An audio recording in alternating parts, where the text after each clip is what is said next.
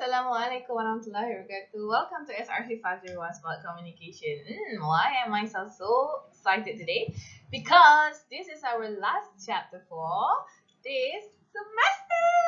Oh my god, hurrah, hooray! Congratulations. Yet, let us start with our last chapter, which is Module 9 or Chapter 9, presentation. So everyone has been so familiar with presentation, okay? It is something that we use in order to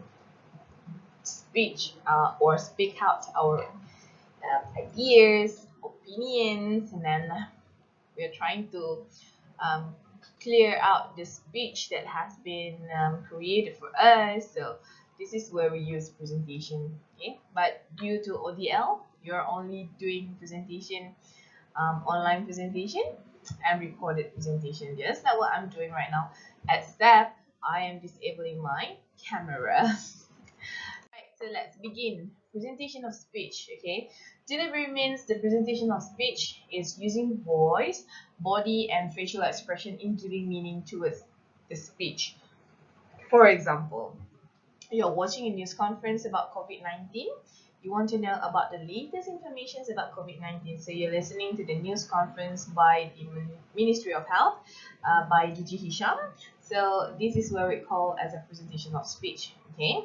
So there are 4 modes of delivery of speech, which include the extemporaneous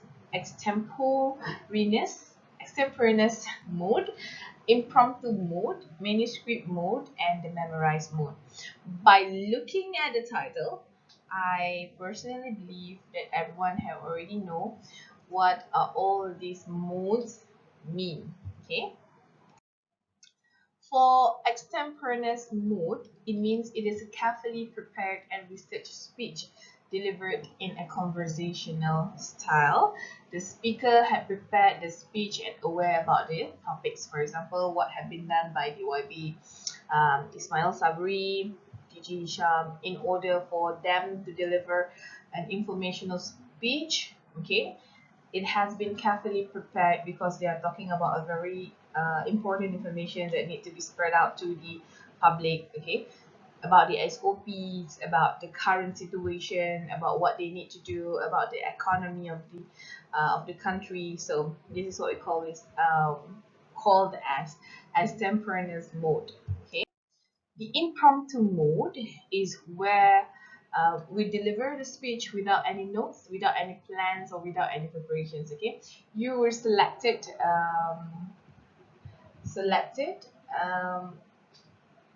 in a sudden, and you need to deliver a speech. Okay, so it's a spontaneous and informal speech. Okay, so you can use informal language.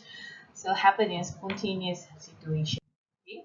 The manuscript mode is where you deliver the presentation from the script to the exact word to be used. Okay, where you're giving more attention towards the text rather than focusing on your audience because you are reading a text. Okay, manuscript mode.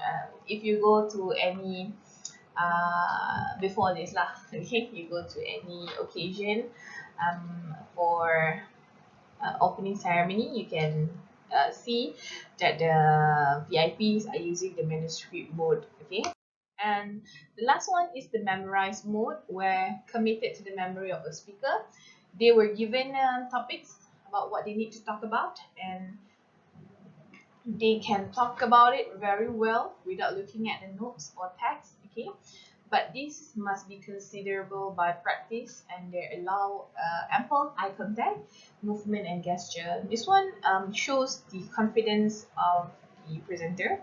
So they can show that they are capable to talk about that topic or issue very well.